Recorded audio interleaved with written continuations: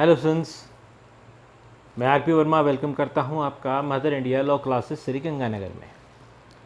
देखिए स्टूडेंट्स, आज हम बात करेंगे द फैक्ट्रीज एक्ट 1948 के नेक्स्ट चैप्टर की।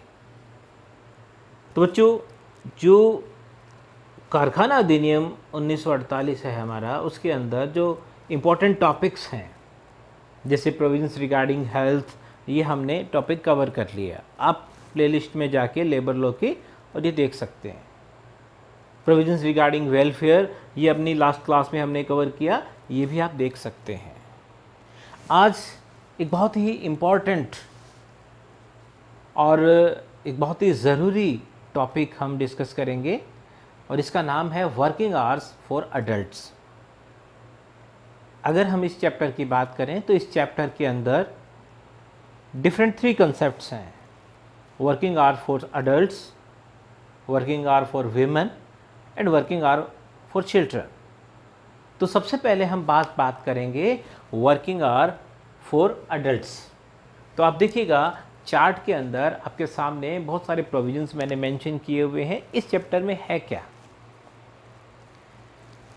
एक मजदूर किसी फैक्ट्री में काम कर रहा है तो उसे कितनी देर काम करना है, कितने घंटे उसे काम करना है, उस मजदूर को एक हफ्ते में कितने दिन काम करना है, ये सारी बातें आपके इस चैप्टर में हैं।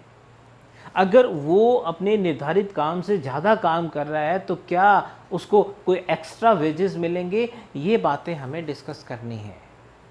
तो शुरू करते हैं। एक तो याद रखिएगा सेक्शन 51 to 66 आपके सारे के सारे यही प्रोविजंस हैं। हालांकि मैं अभी चार्ट के अंदर आपको सेक्शन 60 तक ही कवर करवाऊंगा, लेकिन इतना आप याद रखिएगा कि 51 से लेके 66 तक जो सेक्शंस हैं वो सारे के सारे वर्किंग आवर्स से रिलेटेड हैं।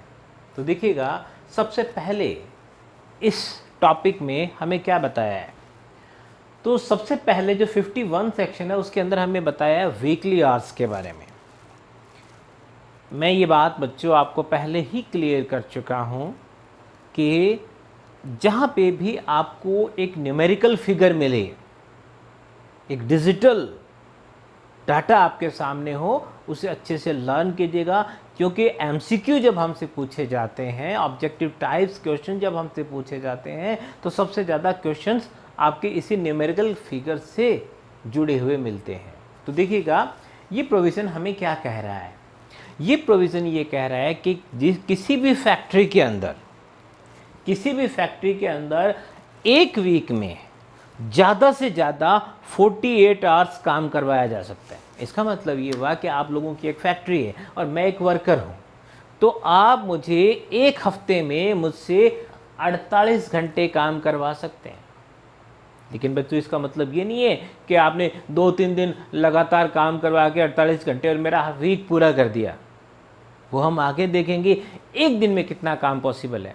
हमें सिर्फ यहाँ पे इतना सा समझना है कि वीक का मतलब क्या होता है।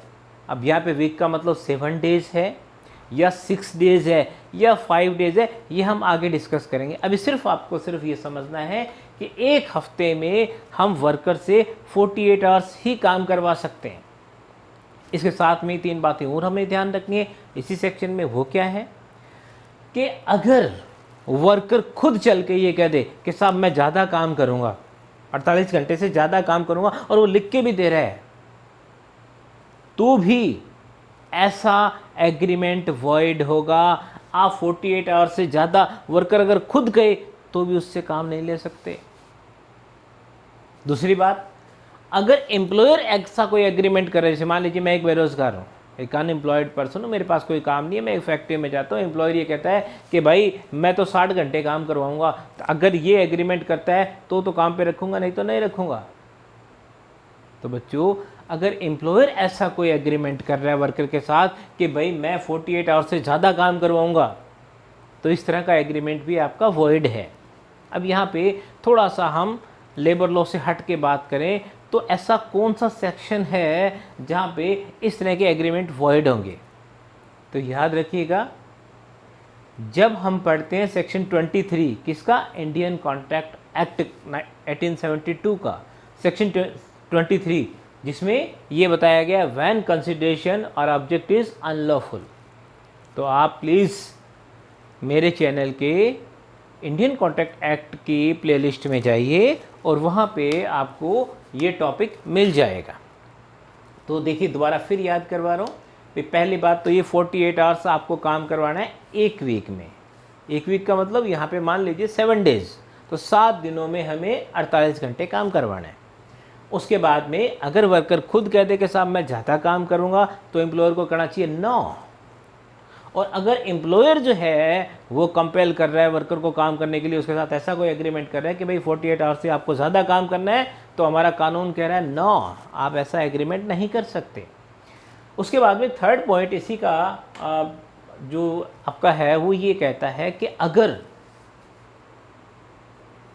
सेक्शन 65 के अकॉर्डिंग राज्य सरकार किसी आपदा निर्बंधन के लिए, मान लीजिए कोई इमरजेंसी क्रिएट हो गई है, मान लीजिए कि हमारे पास वर्कर्स बहुत कम हो गए हैं, या हमारे ऊपर कोई काम का बहुत ज़्यादा लोड है, इस तरह की अगर कोई इमरजेंसी आ जाए, तो ध्यान रखिएगा राज्य सरकार, स्टेट गवर्नमेंट से परमिशन लेके एम्प्लॉयर या स्टेट गवर्नमेंट के डायरेक्शन के अंदर एम्प्लॉयर जो है वो 48 घंटे से ज़्यादा काम ले सकता है। तो बच्चों टोटल 4 बातें हैं। मेन आपका पॉइंट यही है 48 आवर्स का, और यही आपका क्वेश्चन बनता है। और इसी के अगेंस्ट हमारे पास 3 बातें हैं, मतलब इसी के अलावा 3 बातें हमारे पास और थी कि एक तो जो वर्कर है वो खुद ये नहीं कर सकता कि मैं ज़्यादा काम करने के लिए रेडी हूँ, दूसरा एम्प्लॉयर उससे किसी तरह का कोई ऐसा एग्रीमेंट नहीं कर सकता। पर 65 ये कहता है कि अगर ऐसी कोई इमरजेंसी आ जाए तो राज्य सरकार जो है वो एम्प्लॉयर को इस बात की परमिशन दे सकती है कि भाई आप 48 आवर से ज़्यादा काम करवा लो। तो इसका मतलब ये हुआ कि सेक्शन 51 के साथ साथ में आपको 65 भी स्टडी करना पड़ेगा। उसके बाद में आप देखिए फिर हमारे पास आगे नेक्स्ट सेक्शन क्या कह रहा है, वीकली हॉलीडेज। अब ये बड़ा सिंपल सा है। अब ये देखिएगा भाई अपन ने एक चीज़ समझी थी, आर्टिकल्स और सेक्शंस में क्या फ़र्क होता है भाई। अगर हम बात करते हैं आर्टिकल 2, आर्टिकल 3, आर्टिकल 4, आर्टिकल 5, इस तरह से बहुत सारे आर्टिकल्स हैं हमारे कॉन्स्टिट्यूशन में। अब अगर मैं से आर्टिकल 2 को हटा दूं तो 3 और 4 पे कोई फ़र्क नहीं पड़ेगा, 1 पे कोई फ़र्क नहीं पड़ेगा। हालांकि बहुत सारे आर्टिकल्स एक दूसरे से कोरिलेटेड हैं, लेकिन एक आर्टिकल अपने आप में ही एक चैप्टर होता है, एक आर्टिकल अपने आप में ही उसका एक इंडिविजुअल स्टेटस होता है। आप फंडामेंटल राइट्स में सारे हटा दीजिए, आर्टिकल 21 में रखिएगा तो भी हमारे फंडामेंटल राइट्स जिंदा हैं। 40 और 50 जो है वो कोरिलेटेड है, इंटर रिलेटेड है, लेकिन 40 का अपना अलग स्टेटस है, 14 का अपना अलग स्टेटस है, 15 का अपना अलग स्टेटस है, 16 का अपना अलग स्टेटस है। भले ही ये सारे के सारे राइट टू इक्वलिटी, तो ये ध्यान रखिएगा आर्टिकल्स जो होते हैं उनका हमेशा एक इंडिपेंडेंट स्टेटस होता है, जबकि सेक्शंस के अंदर ऐसा नहीं होता। एक सेक्शन को अगर हमने हटा दिया तो दूसरे सेक्शंस में इफेक्ट आ जाएगा। तो सेक्शंस हमेशा क्या होते हैं, जॉइंटली चलते हैं, एक दूसरे पे डिपेंड करते हैं। ये बेस्ट एग्जांपल है आपके सामने। यहाँ पे ये कह रहा है वीकली, पर ये नहीं बता रहा भी एक वीक में कितने दिन है। ये तो हमें पता है कि एक वीक में 7 दिन होते हैं, तो इसका मतलब ये हुआ 7 दिनों में मुझसे कितना काम करवा सकते हैं, 48 आवर्स। लेकिन अब आ जाओ ये सेक्शन क्या कहता है, ये सेक्शन ये कहता है कि वीक का फर्स्ट डे जो है वो हॉलीडे होगा। लो जी अब कर लो बात, हॉलीडे होगा, इसका मतलब आप काम तो करवा ही नहीं सकते।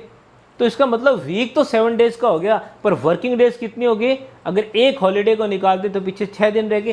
तो इसका मतलब यहाँ वीकली आवर्स जो 48 आवर्स की बात हो रही है, ये 7 डेज की बात नहीं हो रही, 6 डेज की बात हो रही है। तो समझिएगा बच्चों, ये कहता है कि आपको हफ्ते का एक दिन छुट्टी का रखना है, और जनरली हफ्ते का पहला दिन छुट्टी का होगा। अब हमारे लिए जो छुट्टी का दिन है वो क्या होता है, संडे। तो इसका मतलब ये हुआ कि अब यहाँ पे अगर आपसे मैं पूछूं कि हमारा वीक कब स्टार्ट हो रहा है, तो जनरली अपन कहते हैं मंडे को, नहीं, संडे को स्टार्ट हो रहा है। तो पहला दिन हमारा छुट्टी का है, आराम करो, कल से काम करो। तो यहाँ पे यही चीज़ सेम सिचुएशन आपकी वर्कर्स के लिए है कि 7 दिनों का एक वीक है, 7 डेज वीक होगा, but the every first day of the week shall be a holiday. तो इसका मतलब there are only 6 days for working hours. अब यहाँ पे एक और बात समझनी है हमें कि आपका ये जो सेक्शन है 52 वो सिर्फ इतनी सी बात कर रहा है कि हफ्ते का पहला दिन छुट्टी का होगा, संडे मंडे की बात नहीं कर रहा हूँ। इसका मतलब ये हुआ कि अगर किसी फैक्ट्री में शिफ्ट्स में काम हो रहा है और 7 के 7 दिन काम हो रहा है तो फैक्ट्री तो 7 दिन चल सकती है पर वर्कर 6 दिन ही काम करेगा। भाई एक वर्कर है ए, उसको उन्होंने संडे की छुट्टी दे दी तो मंडे से काम करेगा। एक वर्कर है बी, उसको उन्होंने मंडे की छुट्टी दे दी तो ट्यूसडे से काम शुरू करेगा। तो इसका मतलब ये हुआ कि जिस दिन काम वो शुरू करेगा उससे पहला दिन उसका हॉलिडे होगा।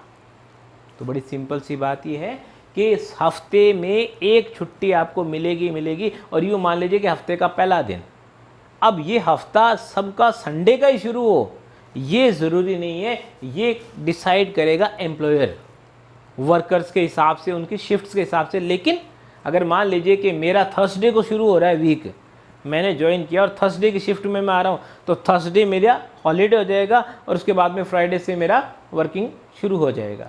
तो ये आपकी बात आ गई इस सेक्शन के अंदर।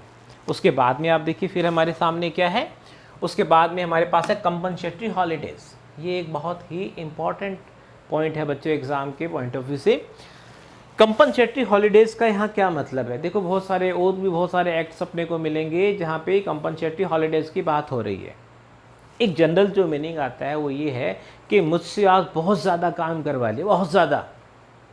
मान लीजिए मैं कॉलेज में पढ़ाता हूँ और हमारे यहाँ कोई कॉन्फ्रेंस है, कोई सेमिनार है या स्टूडेंट इलेक्शन है और सुबह 8 बजे आए थे और शाम को 7 बज गए 8 बज गए, मंडे का दिन है। ऐसा भी नहीं है कि कोई सैटरडे और कल संडे को आराम कर लेंगे। तो ऐसी सिचुएशन में मेरा एम्प्लॉयर मुझे क्या करेगा, नेक्स्ट डे एक छुट्टी दे देगा कि भैया आज इन्होंने बहुत काम किया है, अब कल भले ही मेरी छुट्टी ना हो, कैलेंडर में उस दिन की कोई छुट्टी नहीं है पर मेरा एम्प्लॉयर मुझे देगा, तो उसको अपन बोलते हैं कंपनसेटरी हॉलीडे। लेकिन बच्चों यहाँ पे कंसेप्ट थोड़ी सी अलग है। ये वर्कर्स की बात हो रही है और वर्कर्स को भैया आप 8 घंटे से 9 घंटे से ज़्यादा काम करवा ही नहीं सकते, वो टोटल 48 आवर्स बताया हुआ है। तो ऐसी सिचुएशन में ये बात क्या है, तो देखिएगा यहाँ पे ये बताया हुआ है कि अगर ये देखिए जैसे मैंने यहाँ पे बताया हुआ है भाई ये जो आपको लंबी 2 लाइंस दिखाई दे रही हैं ये हॉलीडे है, यानी कि ये आपका हो गया संडे, तो इससे पहले थर्सडे, फ्राइडे और सैटरडे और इसके बाद में मंडे, ट्यूसडे यूँ करके फिर बाद में संडे आ गया। अब अगर वर्कर, मैं वर्कर की बात कर रहा हूँ समझिएगा इसको, अगर वर्कर इन 3 में से एक छुट्टी ले लेता है, मान लीजिए कि वो थर्सडे की छुट्टी ले लेता है, उससे पहले संडे की छुट्टी तो वो लेके आया है, फिर जो first day of the week है, पर वो फ्राइडे की छुट्टी और ले लेता है या थर्सडे की छुट्टी और ले लेता है या सैटरडे की और छुट्टी ले लेता है। तो ऐसी सिचुएशन में जो नेक्स्ट वीक स्टार्ट होगा संडे को, उस संडे को उसको काम करना पड़ेगा, उस संडे को उसको काम करना पड़ेगा। इसका मतलब मैं एक वर्कर हूँ और मुझे पता है कि परसों जो संडे आ रहा है उसकी छुट्टी तो मुझे मिलेगी और पिछला जो संडे गया उसकी छुट्टी मैंने आराम से एंजॉय कर ली, पर मेरे को आज छुट्टी चाहिए। तो ऐसी सिचुएशन में अगर मैं एम्प्लॉयर को ये कहूँ कि भाई मेरे को आज छुट्टी दे दे, ये जो संडे आ रहा है ना उस संडे को मैं काम कर लूँगा, तो बच्चों ध्यान रखना ये जो संडे को मैंने काम किया है this can not be calculated as compensatory holiday. ये कंपनसेटरी हॉलीडे नहीं है, क्योंकि ये कन्फ्यूज़न रहती है, बच्चे इसको भी कंपनसेटरी हॉलीडे मान लेते हैं। अब यहाँ पे कंपनसेटरी हॉलीडे का मतलब क्या है?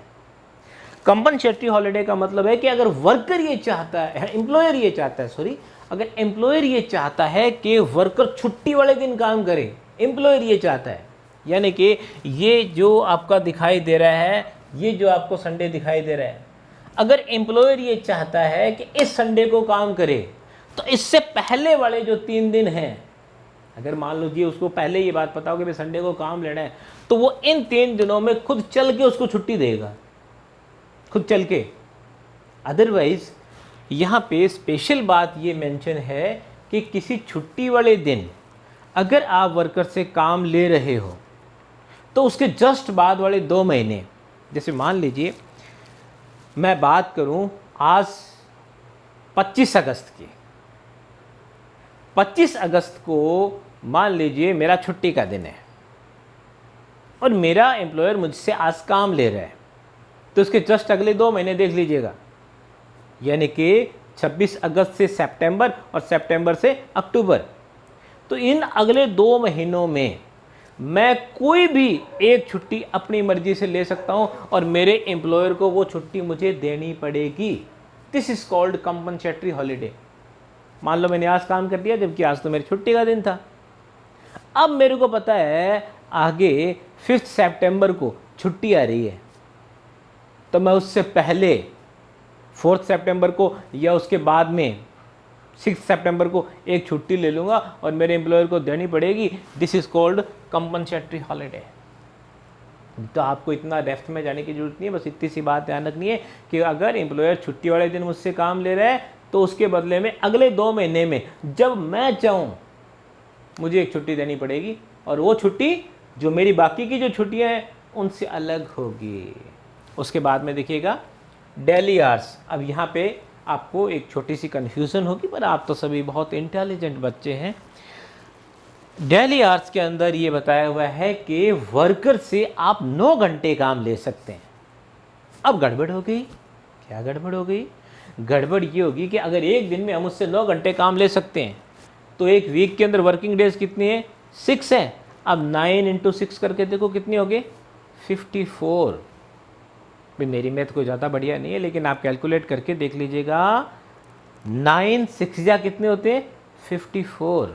तो 6 नियमा 54, यानी कि 54 घंटे वो मुझसे काम ले सकता है अगर मैं यहाँ 9 घंटे की बात करूँ तो। पर नहीं भाई, ये ध्यान रखिएगा, यहाँ पे क्या लिखा हुआ है? 48 आवर्स। तो इसका मतलब ये हुआ बच्चों, टोटल तो 6 दिनों में 48 घंटे, और एक दिन में मैक्सिमम वो कितना ले सकता है? 9 घंटे का काम ले सकता है एक दिन में। अब एवरेज क्या आएगी? एवरेज क्या आएगी? अगर मैं यहाँ 48 आवर्स को 6 दिनों में डिवाइड करता हूँ तो एवरेज आती है 8 आवर्स की। तो ये आप ध्यान रखिएगा बच्चों कि एक्चुअल में लिखा तो 9 आवर है, पर हमारी एवरेज कितनी आती है? 8 आवर्स की आती है। तो इसका मतलब ये हुआ कि 8 घंटे मेरा एम्प्लॉयर मुझसे काम ले लेगा और 6 दिनों में 8 6 48, 8 6 48 आवर्स वो काम मुझसे ले सकता है। लेकिन मान लीजिए कि कल 7 घंटे काम लिया था तो आज वो 9 घंटे भी ले सकता है। तो इसीलिए यहाँ पे 9 आवर्स लिखा हुआ है। अब बात आती है 9 घंटे या 8 घंटे वो मुझसे काम ले रहे हैं तो क्या कंटिन्यू लेगा क्या? तो फिर आ जाती है बात इंटरवल्स की। तो भाई आप पहले 5 घंटे, 1 2 3 4 5, पहले 5 घंटे आप कंटिन्यू काम करेंगे। उसके बाद में फिर आपको इंटरवल दिया जाएगा जो मिनिमम हाफ एन आवर का, आधे घंटे का होगा। यानी कि 5 घंटे काम करने के बाद मैं आधा घंटा अब रेस्ट करूँगा। अब वो आ जाओ पीछे वाले क्वेश्चन में, वेलफेयर वाले में, अगर मान लीजिए वहाँ पे नंबर ऑफ वर्कर्स कम है तो एक शेल्टर रूम होना चाहिए, और अगर ज़्यादा हो जाए तो फिर एक कैंटीन की व्यवस्था है तो मैं कैंटीन में जाके बैठ जाऊँगा। तो वो आधा घंटा कम से कम मुझे मिलेगा। ये आधा घंटा भी हो सकता है, 1 घंटा भी हो सकता है, 2 घंटा, ये 2.5 घंटे तक भी आपके हो सकते हैं। ये मैं नहीं कह रहा, ये आपके सेक्शंस बता रहे हैं। पर यहाँ पे बच्चों एक बहुत ही इम्पॉर्टेंट पॉइंट है आपका इंटरवल वाले में कि मान लीजिए जिस दिन वह मेरा एम्प्लॉयर मुझसे काम ले रहा है उस दिन टोटल काम ही 6 घंटे का है, टोटल काम ही 6 घंटे का है। तो बताओ 5 घंटे मुझसे काम लेके आधा घंटा या 1 घंटे का इंटरवल देके बाकी 1 घंटे के लिए वो मुझे बुलाए, ये तो भाई बड़ी नाइंसाफ़ी हो जाएगी। तो यहाँ ध्यान रखिएगा बच्चों, अगर टोटल काम ही 6 घंटे का है तो 6 घंटे कंटिन्यू मुझसे काम लिया जा सकता है और उसके बाद में टाटा बाय बाय आप घर जाओ। अब दोबारा समझ लो क्या, अगर मुझसे वो 6 घंटे से ज़्यादा काम ले रहा है, 8 घंटे तो ले ही सकता है ना, 8 घंटे क्यों 9 घंटे तक ले सकता है, 8 की एवरेज है। मान लीजिए वो मुझसे 7 घंटे, 8 घंटे या 9 घंटे काम ले रहा है, तो 5 घंटे काम करवा के एक बार मुझे इंटरवल दे दे। अब वो इंटरवल कम से कम आधे घंटे का है, ज़्यादा कितना दे रहा है वो ये एम्प्लॉयर पे डिपेंड करेगा। अगर मेरा काम ही टोटल 6 घंटे का और मैं 6 घंटे बाद फ्री हो जाऊंगा तो फिर ये आधा घंटा इंटरवल देने की ज़रूरत नहीं है, 6 घंटे काम करवा के मेरी छुट्टी, परमानेंट छुट्टी नहीं, उस दिन की छुट्टी। ठीक है, तो ये आपका इंटरवल पे आ गया। अब स्प्रेड ओवर, अब स्प्रेड ओवर क्या है भाई? आप लोग कॉलेज में जाते हैं, आपका कॉलेज मान लीजिए 8:30 लगता है और 2 बजे तक रहता है, तो 8:30 से 2 बजे तक हो सकता है कि बीच में कोई क्लास आपकी ना हो, टीचर ना आया हो, लेकिन 2 बजे तक आप कॉलेज में स्टे हो ना, तो वो जो टाइम है आपका, इसी उसको अपन बोलते हैं स्प्रेड ओवर ऑफ टाइम। अगर मान लीजिए कोई एक्स्ट्रा क्लास है तो आपको 2 घंटे ज़्यादा भी रुकना पड़ सकता है, तो स्प्रेड ओवर हुआ कि नहीं हुआ? अब यहाँ पे आप इस बात को समझिएगा कि एक वर्कर, आप उससे 9 घंटे तो काम ले सकते हो, एवरेज 8 घंटे की पड़ेगी, इसलिए मैं यहाँ 8 घंटे यूज़ कर रहा हूँ कि भाई आप 8 घंटे उससे काम ले सकते हो, और आपने इंटरवल देना है उसको 1 घंटे का। ये एम्प्लॉयर पे मिनिमम आधा घंटा है, अदरवाइज एम्प्लॉयर पे, और एम्प्लॉयर उसको 1 घंटे का इंटरवल दे रहा है, तो 9 और 1 कितने हो गए? 10 घंटे। तो 10 घंटे वो उसको रोक सकता है कि नहीं रोक सकता? बिल्कुल रोक सकता है। तो ऐसी सिचुएशन के अंदर बच्चों, अगर 8 घंटे काम करवा रहा है तो 9 घंटे रोक सकता है, और 9 घंटे काम करवा रहा है तो 10 घंटे रोक सकता है। बस यही बात आपको मैं बता रहा हूँ भाई। अगर वो मुझसे 8 घंटे, एवरेज 8 घंटे की है, अगर वो मुझसे 8 घंटे काम करवा रहा है और 1 घंटे का इंटरवल दे रहा है, तो टोटल 9 घंटे हो गए कि नहीं हो गए? और अगर वो मुझसे 9 घंटे काम करवा रहा है और 1 घंटे का इंटरवल है, तो टोटल कितने हो गए? 10 घंटे हो गए। तो ऐसी सिचुएशन के अंदर यहाँ पे इस पॉइंट के अंदर ये बताया हुआ है कि अगर एम्प्लॉयर चाहे तो 2.5 घंटे तक का इंटरवल दे सकता है, और 8 घंटे वो आपसे काम करवा रहे हैं, एवरेज की बात करें तो 10.5 घंटे उसे किसी से पूछने की ज़रूरत नहीं है, वो अपनी फैक्ट्री में आपको रोके रख सकता है। काम तो वही 8-9 घंटे का है भाई, आपको मैक्सिमम 9 घंटे हैं एक दिन में, एवरेज 8 घंटे की पड़ेगी, क्योंकि टोटल आपका 48 होना चाहिए। तो इस बात में मैं बारी बारी इसीलिए इस चीज़ को रिपीट कर रहा हूँ कि आप कन्फ्यूज ना हो। तो स्प्रेड ओवर के अंदर जो मेरा इंटरवल टाइम है, अगर वो 2.5 घंटे तक भी दे, उसको सारे को मिला के 10.5 घंटे तक वो मुझे अपनी फैक्ट्री में रोक सकता है। लेकिन मान लीजिए कि किसी दिन उसे ज़्यादा रोकना है भाई, हो सकता है कि इंटरवल लंबा हो जाए, क्या कोई इलेक्ट्रिसिटी की कोई प्रॉब्लम हो, तो ऐसी सिचुएशन में वो एक वर्कर को 12 घंटे भी रोक सकता है। लेकिन इसके लिए जो लेबर इंस्पेक्टर हैं उनकी राइटिंग में परमिशन ज़रूरी है। इसका मतलब अगर एम्प्लॉयर को लगता है कि कल वर्कर्स को ज़्यादा रोकना पड़ेगा और 10-10.5 घंटे से काम नहीं चलेगा, 12 घंटे रोकना पड़ेगा, तो उसको पास लेबर इंस्पेक्टर की रिपोर्ट होनी चाहिए, लेबर इंस्पेक्टर की परमिशन होनी चाहिए। अब आ जाओ बच्चों नाइट शिफ्ट्स। बड़ी सिंपल सी बात है। पहली बात तो औरतों को नाइट पे लगाना ही नहीं है। मैं नहीं कह रहा, इस एक्ट में लिखा हुआ है नाइट शिफ्ट्स में हम औरतों को काम पे नहीं लगाएंगे। अब ये पॉइंट क्या कहता है? ये पॉइंट ये कहीं ना कहीं ये हॉलीडेज से जुड़ी हुई बात बता रहे हैं। अगर नाइट शिफ्ट है, मान लीजिए कि मेरी शिफ्ट जो है वो 12 बजे के बाद, रात के 12 बजे के बाद, नाइट शिफ्ट का मतलब रात को, तो रात के 12 बजे के बाद में अगर मेरी शिफ्ट है, जैसे मान लीजिए कि मेरी शिफ्ट जो है वो सुबह 1 बजे स्टार्ट हो रही है, तो सुबह 1 बजे स्टार्ट हो रही है और मेरी शिफ्ट जो है वो दिन में लगभग 11 बजे जाके ख़त्म हो रही है। मतलब मैं रात को 1 बजे काम शुरू करता हूँ और 11 बजे फैक्ट्री से फ्री होता हूँ।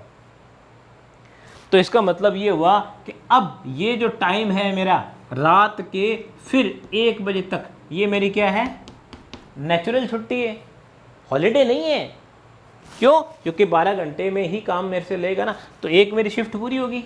अब मैं रात को वापस फिर 1 बजे आऊँगा। अब मान लीजिए बच्चों, यहाँ पे एक प्रॉब्लम हमारे सामने आ गई कि मेरी जो छुट्टी है वो कब होएगी।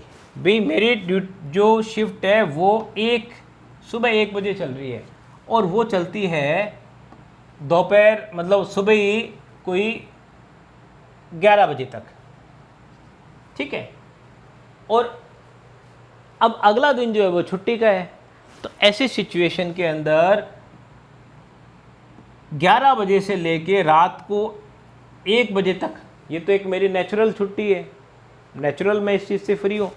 ये जो 1 बजे से लेके अगले दिन 11 बजे तक का जो टाइम है, ये भी मेरा छुट्टी का माना जाएगा। तो ये थोड़ा सा ध्यान रखिएगा कि नाइट शिफ्ट्स में गड़बड़ हो जाती है कई बार, कि जब उसकी आगे शिफ्ट चेंज हो रही है तो उसकी छुट्टी कहीं ख़त्म ना हो जाए। तो यहाँ पे 24 आवर्स हर हाल में जो उसका नेचुरल टाइम है ना, उसके अलावा भी 24 घंटे उसको मिलेंगे, तो उसका एक हॉलीडे काउंट होगा।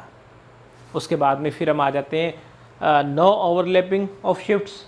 फिर नो ओवरलैपिंग ऑफ शिफ्ट्स का मतलब है, जैसे मान लीजिए किसी फैक्ट्री के अंदर एक से ज़्यादा शिफ्ट्स चल रही हैं, एक शिफ्ट ख़त्म होगी और मेरा जो है वो शिफ्ट उन्होंने चेंज करनी है, तो जस्ट कंटिन्यू शिफ्ट जो है अगली, उसमें आप मुझे नहीं लगा सकते, कम से कम एक शिफ्ट का उनको मुझे छूट देनी पड़ेगी। यानी कि मैं ये इसी की, जैसे मान लीजिए 1 बजे से 11 बजे है और फिर 11 बजे से लेके और शाम को 5 बजे तक है और फिर 5 बजे से लेके फिर रात को 1 बजे तक है, तो अब ये जो शिफ्ट है इसके जस्ट अगले शिफ्ट में वो मुझे नहीं डाल सकते। उसके बाद में नेक्स्ट जो थर्ड शिफ्ट है उसमें वो मुझे ट्रांसफ़र कर सकते हैं, ठीक है।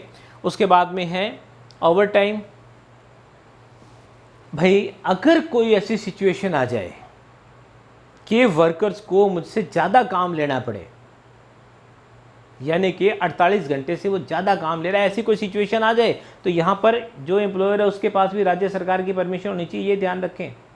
पर मैंने काम तो ज़्यादा किया है ना, तो यहाँ पे ये ध्यान रखिएगा कि अगर मेरे को 8 घंटों के 800 रुपये मिल रहे हैं, तो 1 घंटे का क्या हो गया, 100 रुपये हो गया ना। एक एग्जाम्पल ले रहा हूँ मैं, इतना कौन देता है लेबर को। अगर एक वर्कर को 800 रुपये मिल रहे हैं 8 घंटों के और उसने उस दिन 2 घंटे ओवर टाइम लगाया है, तो 200 रुपये फालतू होने चाहिए, नहीं दुगने कर लो, 400 रुपये। तो 1 घंटे का आपका जितना बनेगा उससे दुगना जो है वो आपको मिलेगा, ये ओवर टाइम है। बच्चों यहाँ पे इस सेक्शन के अंदर ना एक उन्होंने टर्म यूज़ किया आइडियल फैमिली, तो इस पर भी बहुत बार क्वेश्चन आया हुआ है। तो आइडियल फैमिली का मतलब यहाँ पे है एम्प्लॉयर वर्कर, उसकी वाइफ और उसके 2 बच्चे। अब यहाँ बच्चों की एज बताई हुई है जो 14 साल से कम हो, उस फैमिली को उन्होंने आइडियल माना है। 14 साल से कम का मतलब यहाँ पे ये भी 14 साल की अगर वो हैं तो वो भी किसी फैक्ट्री के अंदर काम करके अपनी खुद की कमाई कर सकते हैं। लेकिन आपको पता है, मैं पहले भी बता चुका हूँ, अब अमेंडमेंट हो चुकी है, आप किसी फैक्ट्री में 18 साल से कम के बच्चे को डाल ही नहीं सकते। तो इसका मतलब यहाँ पर उस आइडियल फैमिली के अंदर जो बच्चों की एज की कंसेप्ट है वो भी आपकी 18 हो जाएगी। इसका मतलब 18 साल से कम के 2 बच्चे और एक वर्कर और उसकी पत्नी, और अगर पत्नी वर्कर है तो पति और उसके 2 बच्चे, वो एक आइडियल फैमिली है। फिर लास्ट में है नो डबल एम्प्लॉयमेंट। यहाँ ये पॉइंट बहुत ही सोशल नेचर का है बच्चों, और ये एक्चुअली में देखा जाए तो डायरेक्टिव है, मैंडेटरी नहीं है। अगर मैं किसी फैक्ट्री में काम कर रहा हूँ तो मैं एम्प्लॉयर जो है उसको ये डायरेक्शन दी जाती है कि भाई तू इससे 24 घंटे में एक ही बार काम लेगा। मैं ये कहता हूँ साहब ये शिफ्ट है, पैसों की ज़रूरत है, इससे अगली शिफ्ट में भी मैं काम कर लेता हूँ, आप 2 अलग अलग एंट्रियाँ दिखा दो, तो डबल एम्प्लॉयमेंट हो गया कि नहीं हो गया। तो हमारा ये जो पार्ट है वो मना कर रहा है भी वर्कर्स को अगर डबल एम्प्लॉयमेंट में आप झोंक देंगे तो उसकी वर्किंग कैपेसिटी धीरे धीरे ख़त्म हो जाएगी, वो कमज़ोर हो जाएगा, तो इकोनॉमिकली उसका भी नुकसान होगा, उसकी हेल्थ का नुकसान होगा, और कहीं ना कहीं जो एम्प्लॉयर है उसकी नेट वैल्यू पे भी फ़र्क, उसकी नेट इनकम पे भी फ़र्क पड़ना है। तो एक बड़ी सिंपल सी बात बताइए, लेकिन मैं ये बता रहा हूँ कि ये सिर्फ एक डायरेक्टिव प्रिंसिपल है लेबर लॉ का, मैंडेटरी नहीं है। क्यों? क्योंकि मान लीजिए कि एक आदमी फैक्ट्री में काम कर रहा है और दूसरा अगर कहीं पे वो वॉचमैन या कोई होमगार्ड के अंदर वो पार्ट टाइम काम कर रहा है तो कर रहा है, कोई प्रॉब्लम नहीं है। तो यहाँ पे अगर एक ही नेचर के वो 2 काम कर रहा है तो कहीं ना कहीं इस चीज़ की मनाही है। तो बच्चों ये हमारे पास वर्किंग आवर्स फॉर अडल्ट, सिर्फ मैंने अडल्ट्स के आपको बताए हैं, वीमेन और चिल्ड्रन के भी हम डिस्कस करेंगे।